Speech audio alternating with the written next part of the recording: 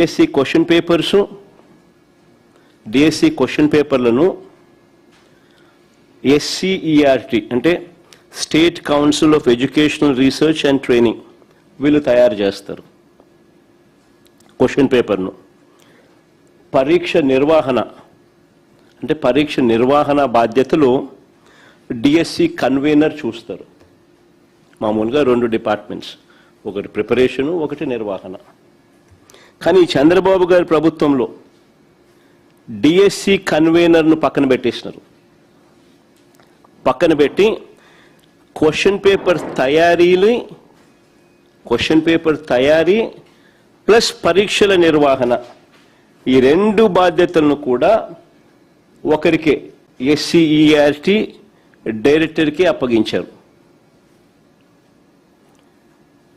ఇది మొట్టమొదట బీజం పడింది. ఇక్కడ నుంచి స్కీమ్ అనేది స్కామ్గా ఎలా మారింది అనేది ఇక్కడ నుంచి స్టార్ట్ అవుతా పోతా ఉంది.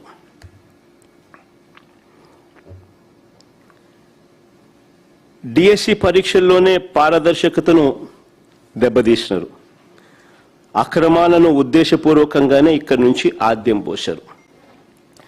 చాలా కాన్ఫిడెన్షియల్గా జరగాల్సిన ఈ క్వశ్చన్ పేపర్ తయారీని చూసుకోండి. ఇక్కడ నుంచి చాలా కాన్ఫిడెన్షియల్గా జరగాల్సిన ఈ క్వశ్చన్ పేపర్ తయారీని, దాన్ని అప్లోడ్ చేసే పనిని అవుట్సోర్స్డ్ ఉద్యోగుల చేతుల్లో పెట్టకూడదని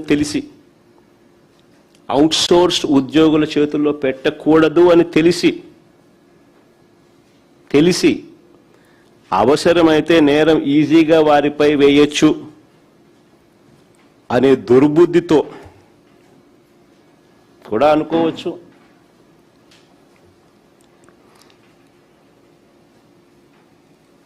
ఏకంగా ఈ ప్రక్రియను అవుట్సోర్స్ కాంట్రాక్ట్ ఎంప్లాయీస్తో చేయించారు. ఆశ్చర్యం ఏమిటో తెలుసా? కృష్ణా జిల్లాలో ఇందులో పనిచేసే అవుట్సోర్స్డ్ ఉద్యోగి కృష్ణా జిల్లా సోషల్ స్టడీస్లో ఫస్ట్ ర్యాంక్. కృష్ణా జిల్లాలో సోషల్ స్టడీస్లో ఫస్ట్ ర్యాంక్. అంతటితో ఆగిపోలా. TGT అంటే ట్రైన్డ్ గ్రాడ్యుయేట్ టీచర్ తెలుగు పరీక్షలో జోన్ 2లో 6వ ర్యాంక్ సాధించినాడు. చూడు ఫస్ట్ ర్యాంక్ ఎంత బాగుందో. Naveen Purama, father's name Radhakrishna, first rank.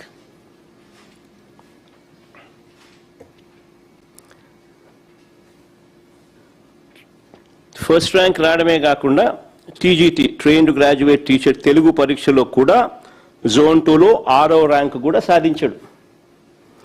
ఒకే వ్యక్తి పరీక్ష నిర్వహణ వ్యవస్థలో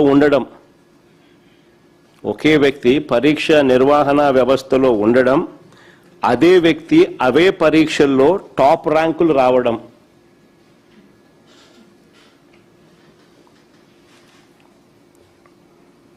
నిజంగా ఇది అతిపెద్ద స్కామ్కు సాక్ష్యం కాదా అని అడుగుతా ఉన్నా. ఇక్కడి నుంచి ఇంకా ఎంతమందికి లీక్ అయిందో ఇది కనిపిస్తూ ఉంది. కనిపించినవి ఇక్కడి నుంచి ఇంకెంతమందికి లీక్ అయిందో అనేది కనిపించడం. అది ఇంకా లోతుగా పోతే తెలుస్తుంది. ఆశ్చర్యం ఏమిటో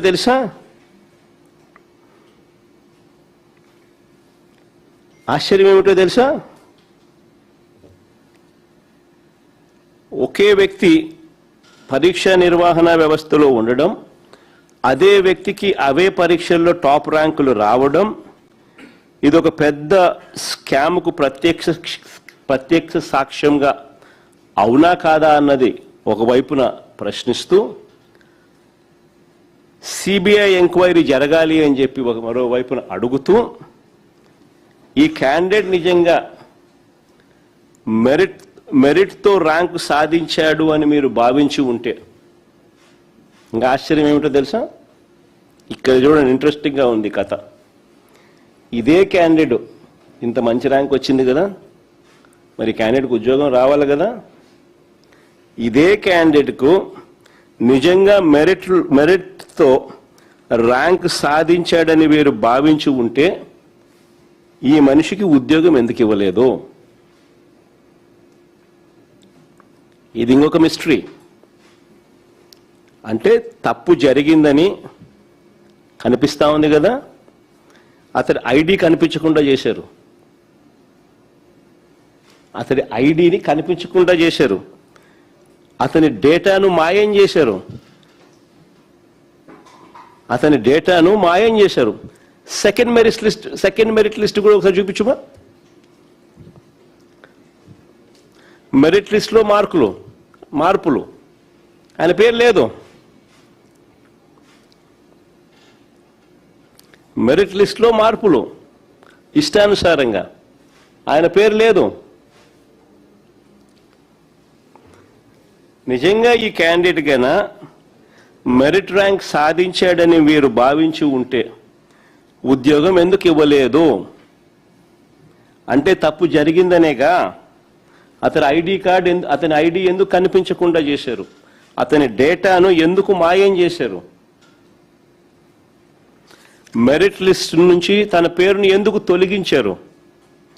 కాల్ లెటర్ ఎందుకు పంపలేదు? క్వశ్చన్స్ ఇవి. చివరికి ఏం జరిగింది? ఈ మనిషి కోర్టుకు పోయినాడు. నాకెందుకు ఉద్యోగం ఇవ్వలేదు అని.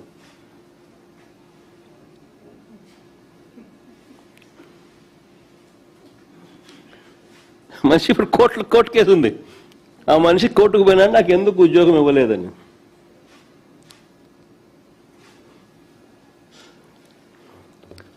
కీలక బాధ్యతలను అవుట్సోర్స్ ఉద్యోగులకు ఇవ్వడం, రెండోది అతడి టాప్ ర్యాంక్ వచ్చిన తర్వాత కూడా పోస్టు ఇవ్వకపోవడం, మూడోది అతడి వివరాలను మాయం చేయడం. తప్పులు జరగకపోతే ఇవన్నీ ఎందుకు జరిగాయి అని అడుగుతా ఉన్నా. అంటే దీని అర్థం పేపర్ లీక్ అయినట్టేగా, ఒప్పుకున్నట్టేగా మీరు కూడా. మరి ఈ లీక్ ఇంతటితో ఆగిపోయిందా? ఈ లీక్ ఇంకా ఎంత డెప్త్ లేకపోయింది? ఎంతమందికి ఈ లీక్డ్ పేపర్ చేరింది? ఆ లీక్డ్ పేపర్ పొందిన వాళ్ళు ఎంతమంది పరీక్షలు రాశారు? ఇవన్నీ కూడా రావాల్సిన సమాధానాలు.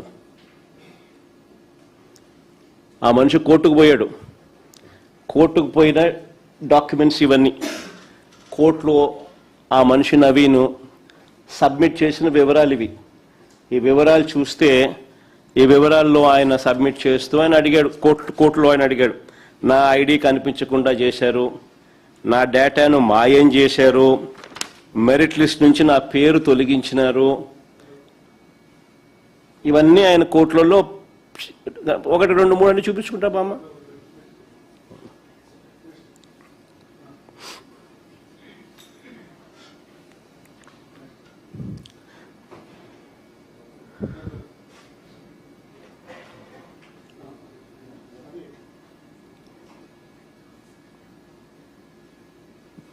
వీళ్ళేమంటారు? ఈ ప్రశ్నలకు కానీ చంద్రబాబు నాయుడు గారిని, ఈ ప్రశ్నలకు చంద్రబాబు నాయుడు గారి ప్రభుత్వం చెప్తున్న కారణాలు ఏమిటో తెలుసా? ఈ ప్రశ్నలకు చంద్రబాబు నాయుడు గారి గవర్నమెంట్ ప్రభుత్వం చెప్తా ఉన్న కారణాలు ఏమిటో తెలుసా?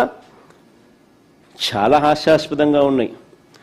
ఈ ఫస్ట్ ర్యాంక్ సాధించిన వ్యక్తి సర్టిఫికెట్ల వెరిఫికేషన్కి రాలేదంట, అందుకనే ఈయనకు ఉద్యోగం ఇవ్వలేదంట అని వీళ్ళు కారణాలు చెప్తా ఉన్నారు. సర్టిఫికెట్ల వెరిఫికేషన్కి రాకపోయింటే అది వాస్తవమే అయితే ఆయన కోర్టుకి ఎందుకు పోతాడయా? కోర్టుకి ఎందుకు పోతాడు? నిజంగా వీళ్ళు చెప్పినది వాస్తవమే అయితే సర్టిఫికెట్ల వెరిఫికేషన్కు తాను రాలేదు కాబట్టి అందుకే ఆయనకు ఉద్యోగం మేము ఇవ్వలేదని చెప్పి వీళ్ళు చెప్తా ఉన్నమాట వాస్తవమే అయితే ఆయన కోర్టుకి ఎందుకు పోతాడు?